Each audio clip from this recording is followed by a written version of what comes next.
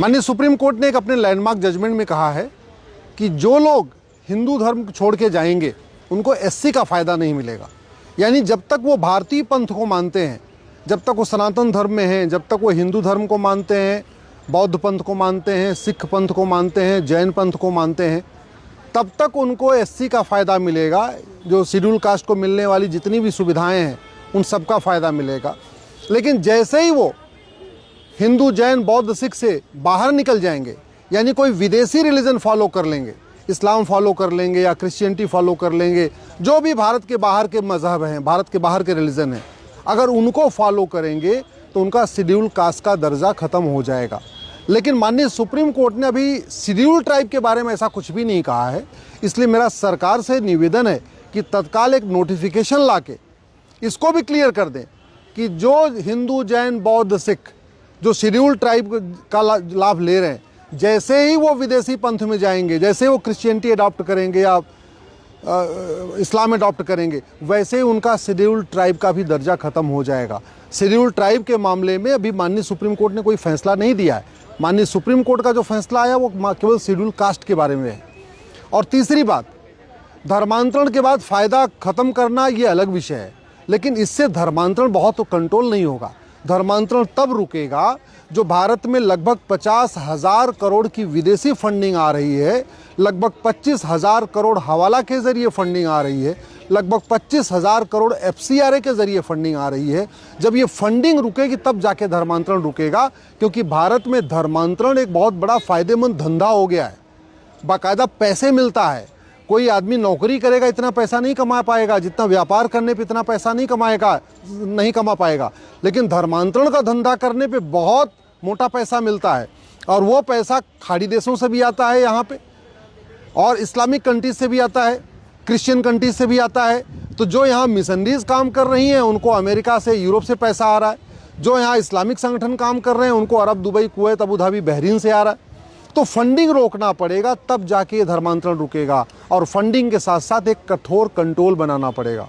मैं पहले भी कई बार कह चुका हूँ, जो बीएनएस बना है ये पहले आईपीसी में जो प्रोविज़न था ऑफेंस रिलेटिंग टू रिलीजन, वही as it is copy paste किया हुआ है। धर्मांतरण से बड़ा ऑफेंस कुछ हो ही नहीं सकता है।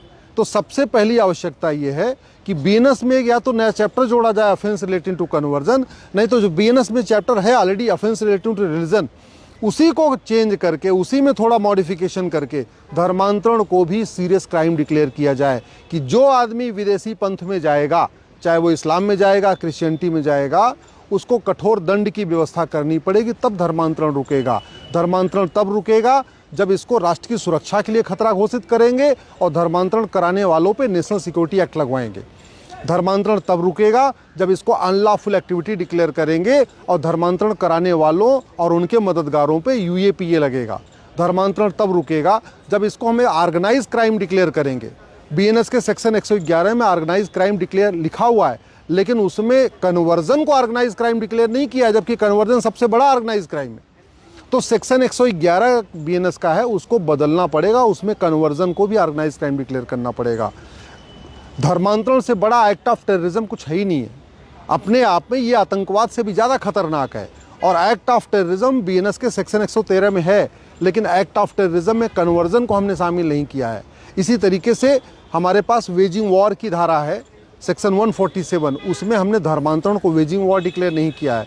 सेक्शन 152 बीएनएस में बहुत साफ साफ लिखा हुआ है कि जो अपराध हमारी एकता के लिए खतरा हो, अखंडता के लिए खतरा हो, राष्ट्रीय सुरक्षा के लिए खतरा हो, संप्रभुता के लिए खतरा हो, वहाँ पे सेक्शन 152 लगता है। लेकिन उसमें भी नहीं लिखा हुआ है कि धर्मांतरण हमारी एकता, अखंडता के लिए खतरा है, धर्मांतरण हमारी संप्रभुता के लिए खतरा है, धर्मांतरण हमारे डेमोक्रेसी के लिए खतरा है, धर्मांतरण हमारे संविधान के लिए खतरा है। धर्मांतरण से सोच बदलती है, धर्मांतरण से विचार बदलता है, धर्मांतरण से राष्ट्रांतरण होता है, धर्मांतरण से वेशभूषा बदलती है, धर्मांतरण से खान पान बदलता है, धर्मांतरण से सोच सब कुछ बदलता है। धर्मांतरण से कायदे से आप देखिए तो धर्मांतरण से राष्ट्रांतरण होता है। लेकिन अब तक कानूनी तौर पे न तो हमने धर्मांतरण को राष्ट्र की सुरक्षा के लिए खतरा घोषित किया, न हमने धर्मांतरण को देश की एकता, अखंडता के लिए खतरा घोषित किया, न धर्मांतरण को हमने भारत की संप्रभुता के लिए खतरा घोषित किया, न हमने धर्मांतरण को ऑर्गेनाइज क्राइम डिक्लेयर किया, न हमने धर्मांतरण को एक्ट ऑफ टेररिज्म डिक्लेयर किया, न हमने धर्मांतरण को कराने वालों न तो धर्मांतरण खिलाफ हमने बीएनएस में कोई एक नया चैप्टर जोड़ा, इसलिए धर्मांतरण नहीं रुक रहा है। ये माननीय सुप्रीम कोर्ट का फैसला स्वागत योग्य है। धर्मांतरण जो लोग कर लेते हैं, विदेशी पंथ में चले जाते हैं, विदेशी मजहब में चले जाते हैं, उनकी सारी सुविधाएं बंद होनी चाहिए, लेकिन इतना पर्याप्त नहीं है। अब इसके अलावा सरकार को कानून बनाना पड़ेगा, बीएनएस का प्रोविज़न करना पड़ेगा।